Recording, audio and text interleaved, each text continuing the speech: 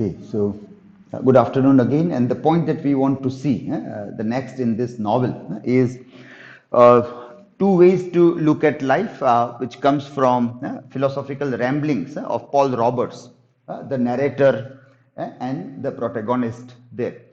Now, this is metaphorically presented here. It can be a kind of a short note for the exam purpose, but it can be useful in reading all other characters and the narrative, all other narratives and the characters or theme when we want to see. Time and again, this idea can be used to study all the events also. So, what are these two ways to look at life that comes there? There are two ways of looking at life or two extremes of viewpoint anyway with a continuum between them, and there is some kind of connection between both of them, or like you drift from one into another, or then you back come again to that, and then there is a kind of a curious relation between these two extremes of looking at the life. So one is propose that every human action necessarily carried with it the obliteration of every other action which might have been performed instead. Life therefore consisted of a succession of small and large choices, expressions of free will, so that the individual was like the captain of some paddle steamer uh, chugging down the mighty Mississippi of life. So it is the thing like we are a captain of our ship, and then we are controlling that through the huge river Mississippi, and this is the river of life through which we are controlling the thing. But what happens? The captain has to do? The captain has to make lots of choices, succession of choices, small as well as large, sometimes very difficult choices, sometimes rather easy choices, but constantly the life is about making choices. And then carried with it the obliteration of every other action that might have been performed instead. Now, when we make choices, what is significant and important is that we always have a kind of a regret also.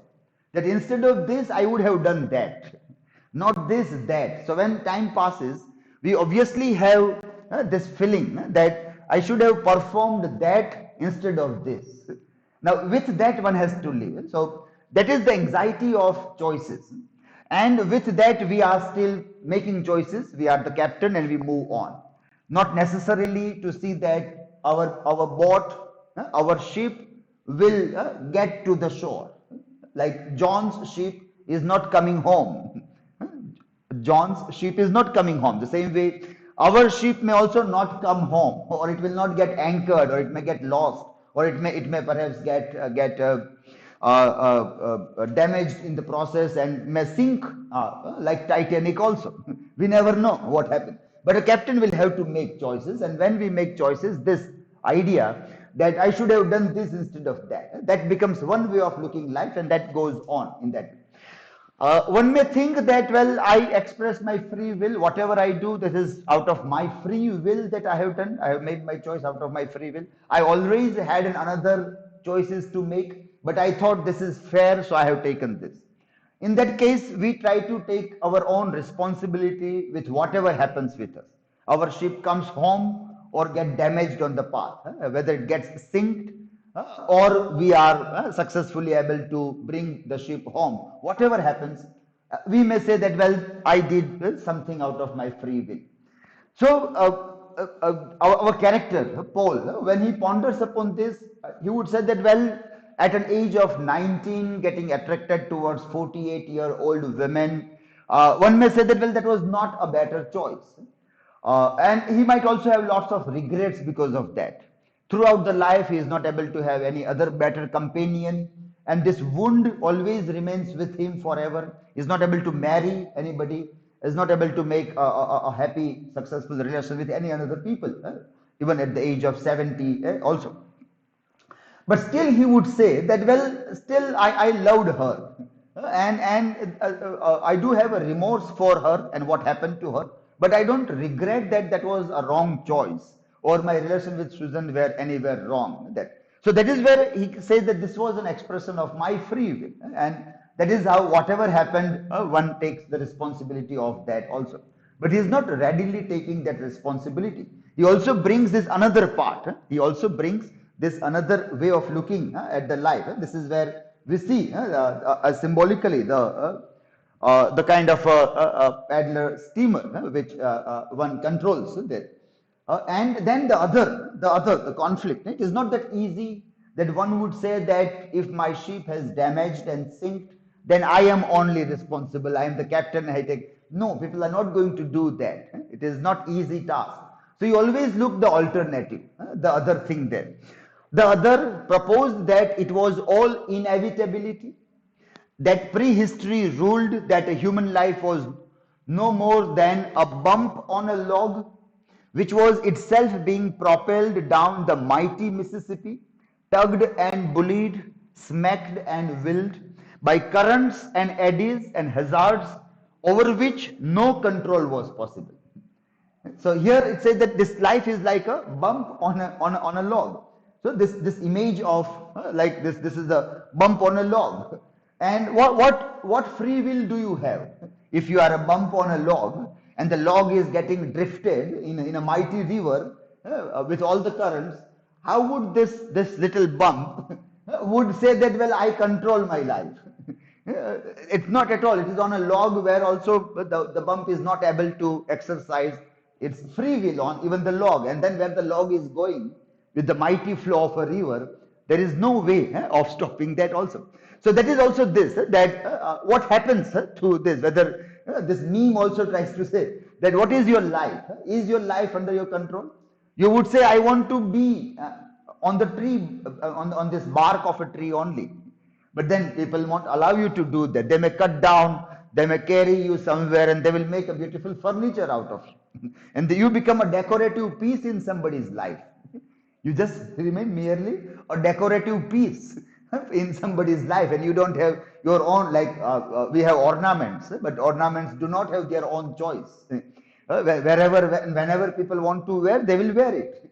So that is how this. So is life this? This is how this life of a bump on a log, this, and it is inevitably you are drifted into the big river of life, and lot many things happen with us. We are propelled down, tugged and bullied, smacked and willed, currents and eddies of hazards over the things, and then without any possible control, we are just drifted. So two ways of looking at life, and Paul would also see this, that well, he was just thrown into something and being drifted.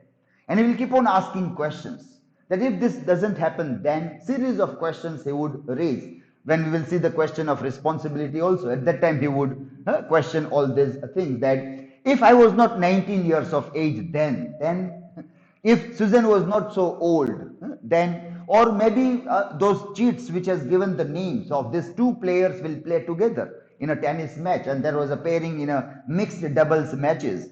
If that name was not there, then so there were so many possibilities that it was not your free will, but you were just drifted into all these things, and then it was like inevitably things were happening, piling one over the another one, and then the things were going on as such also.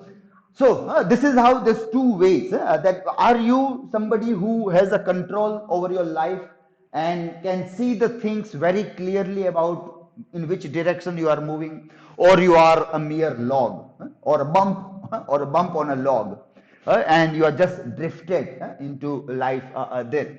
Paul thought it did not have to be one or the other. He thought a life his own, of course, could be lived first under the dispensation of inevitability and later under the dispensation of free will. But he also realized that retrospective reordering of life are always likely to be self-serving. So when later on in the life, when things happen to us in different capacities, and when we look back, or whenever things happen and then we look back, what we do is we do narrative which is self-serving. We try to serve our own self or our own ego and tell the story. So wherever I got success in life, I would say my free will. my choices, and my choices were good choices, and so I am happy. If things go wrong anywhere, we say that it was inevitable. I was helpless. I was just drifted. I was thrown. The circumstances were beyond my control. So that is what how we will adjust. We will reorder the events in our life, and we'll tell the story. So this story, when Paul is telling us, he will be oscillating between these two things in his memory narration of the story. He would tell all this thing that somewhere he will talk about his free will, somewhere he talks about his being inevitable. The things were inevitable, things were not under his control there. So this between these two extremes, the life of Paul is shaping, and things keeps on happening around that also. So that is the way of looking, the way the novel tries to deal with the idea about two ways of looking at life, and Paul's narration is all being controlled by these two things there. Okay, so before we come to the next point, okay, let me